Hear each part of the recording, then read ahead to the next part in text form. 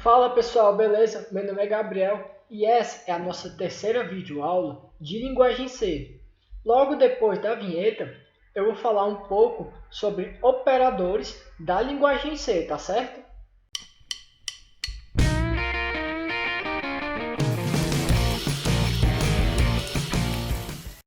Bom, para começar a aula de hoje, eu vou falar sobre os operadores de adição, subtração, multiplicação, divisão e resto da divisão. Então vamos lá. Esses são os sinais que você vai utilizar. Nesse caso, é o de adição, esse o de subtração, esse asterisco é o de multiplicação. Essa barra é o operador de divisão e esse é o sinal para trabalhar com o resto da divisão de um número por outro. Então vamos lá. Eu coloquei esse printf, tá certo? E vou pedir para o usuário digitar dois números e depois eu vou trabalhar com eles. Eu vou colocar aqui %f,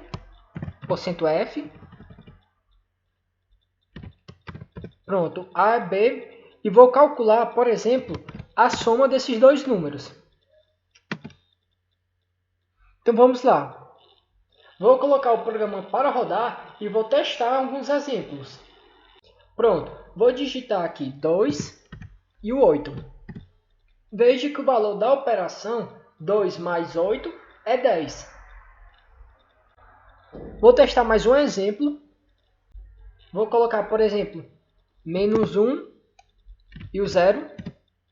Veja que a operação de menos 1 mais 0 é menos 1. Essa lógica ela pode ser aplicada tanto para subtração quanto para multiplicação. É claro que você somente vai mudar o sinal, nesse caso de subtração, e esse o de multiplicação. Agora eu quero falar um pouco sobre o operador de divisão e o operador de resto da divisão, que aqui, nesses dois operadores, existe um cuidado especial que você deve ter. Então vamos lá, começar falando sobre o operador de divisão. Vou colocar o programa para rodar e vou colocar, por exemplo, 5 e 2. Veja que o valor da operação de 5 dividido por 2 é 2,5. Nesse caso, apareceu o valor 2,5 porque eu estou trabalhando com variáveis do tipo float. Caso no seu programa fosse variável do tipo int, o valor dessa operação, dessa divisão, seria um pouco diferente. Eu vou trocar esse float por int, d, e vou repetir o mesmo 5 e o mesmo 2, e ver qual o número, qual o resultado que o programa vai me mostrar. 5 e 2. Veja que, diferente do último exemplo, que me mostrava 2,5, nesse caso o valor da divisão é 2, porque justamente nesse caso eu estou trabalhando com o número inteiro. Então esse é um cuidado que você deve ter quando estiver trabalhando com divisão de números, tá certo? Pronto, agora eu vou falar um pouco sobre o outro operador, que nesse caso é o operador de resto da divisão.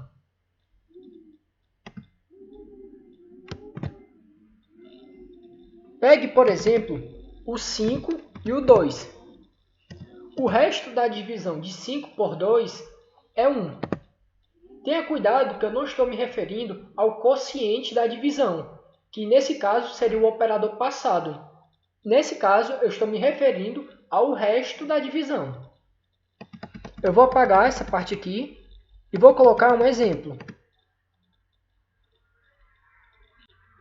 Vou colocar 5 e 2. Veja que o valor da operação do resto da divisão de 5 por 2 é 1. Vou colocar o programa para rodar e testar mais um exemplo. Vou colocar 10 e 2. Veja que o valor apresentado é 0. Esse operador de resto da divisão ele é interessante um pouco mais lá na frente para determinar, por exemplo, se um número pode ser dividido por outro. se um número ele é primo ou não. Esse operador da divisão ele também serve para calcular se um número ele é par ou ímpar. Um pouco mais lá na frente, quando eu estiver falando um pouco sobre estruturas de repetição, esse operador ele vai ser muito importante, tá certo? Um cuidado que você deve ter nesse operador de divisão, de resto da divisão de um número por outro, é que nesse caso, as variáveis envolvidas têm que ser do tipo int.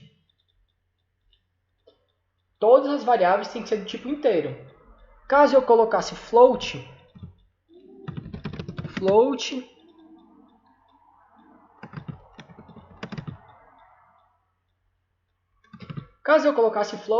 o programa iria acusar um erro. Vou colocar o programa para rodar. Pronto, veja que aqui tem um erro, que é justamente o fato desse operador ele somente pode ser usado com variáveis do tipo int, ou seja, do tipo inteira. Bom, pessoal, na nossa primeira aula de linguagem C, eu falei um pouco sobre a biblioteca mat.h e de algumas funções que ela libera. Funções como seno, cosseno, logaritmo, raiz quadrada, entre outras. E na aula de hoje eu vou falar um pouco mais dessas funções, tá certo? E é claro que o primeiro passo é incluir essa biblioteca no nosso programa. Então vamos lá. Jogo da velha, include, menor, maior. E vou escrever mat.h. Pronto. Essas são as funções que eu vou trabalhar na aula de hoje. Tá certo? Eu vou apagar essa parte aqui.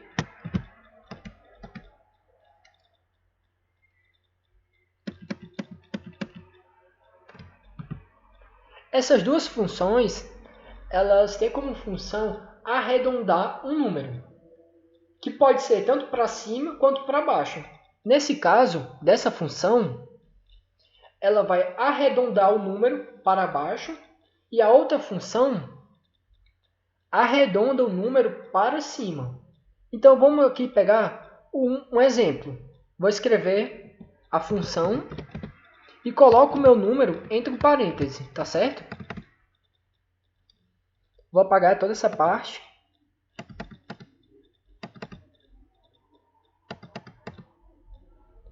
Vou colocar aqui, por exemplo, 4.2.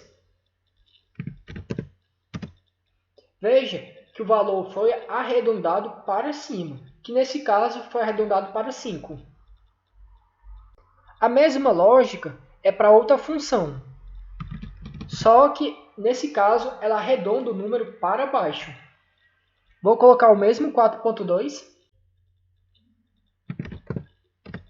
Pronto, o valor da operação é 4. Bom, pessoal, agora nós vamos trabalhar com a raiz quadrada de um determinado número e com a raiz cúbica.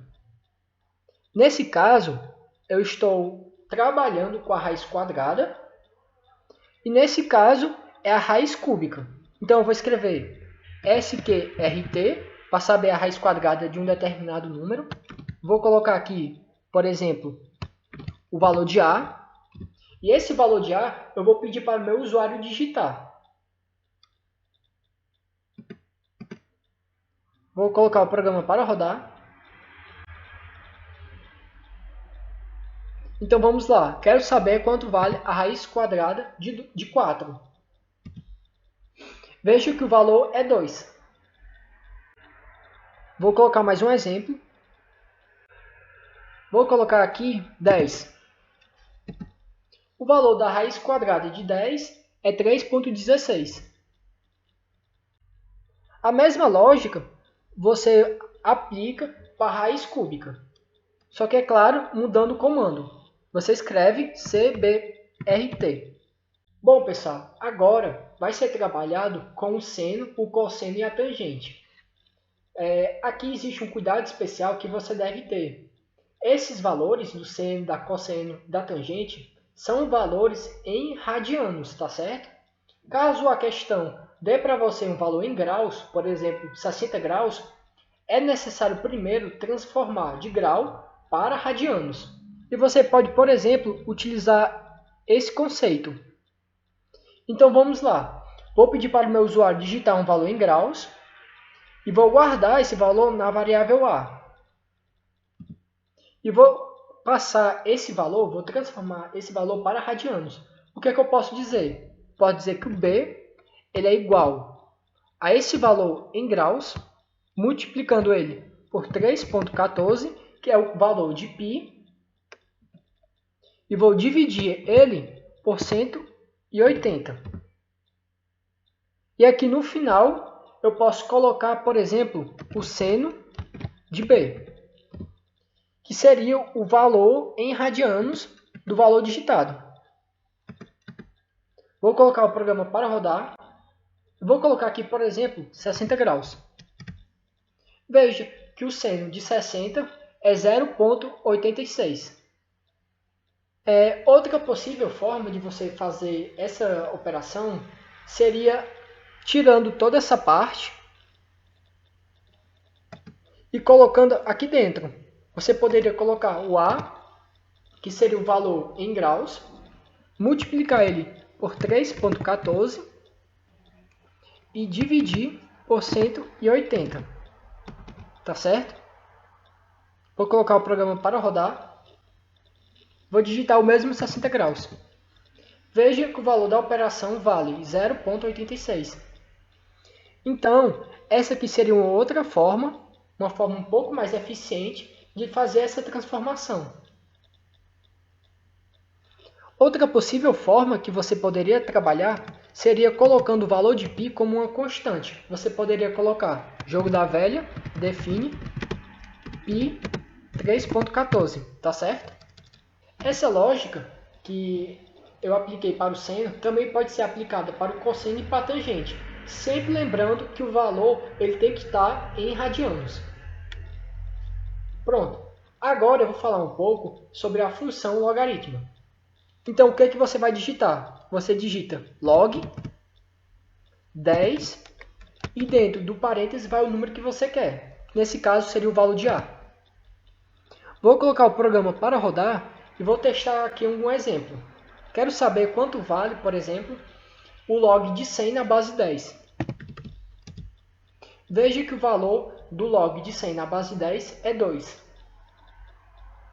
Caso eu apague esse 10, esse logaritmo ele se transforma no logaritmo natural de A. Agora, pessoal, eu vou falar um pouco sobre a função POW. Essa função ela serve para pegar um determinado número e elevar a outro. Por exemplo, você vai abrir o parênteses e digita aqui o A,2. O que eu quero dizer com isso? Eu peguei o valor de A e estou elevando a 2. Vou colocar aqui um exemplo e vou dizer, por exemplo, que o A vale 1. Veja que o valor de 1 elevado a 2 é 1. Da mesma forma, como eu estou pedindo A, eu também poderia pedir o valor de B. Sempre é claro, não se esquecendo de fazer as adaptações. %F, B. Vamos supor que agora eu quero saber quanto vale 10 elevado a 2. Então, eu digito 10,2. Veja que o valor de 10 ao quadrado vale 100. Então, pessoal, essa seria a função que você utiliza para calcular um número elevado a outro. Da mesma forma que eu poderia ter A elevado a B, eu também poderia ter B elevado a B, por exemplo. Ou então B elevado a A. Tá certo? Bom, pessoal, essas são as principais funções e os principais operadores que você vai utilizar para trabalhar com as primeiras questões de linguagem C, tá certo? Um pouco mais lá na frente, eu vou falar sobre operadores condicionais e de repetição, tá certo? E se essa aula foi proveitosa para você, eu gostaria de pedir o like e gostaria também de pedir que você se inscrevesse no nosso canal. E é claro, em caso de dúvida, você pode deixar nos comentários, tá certo?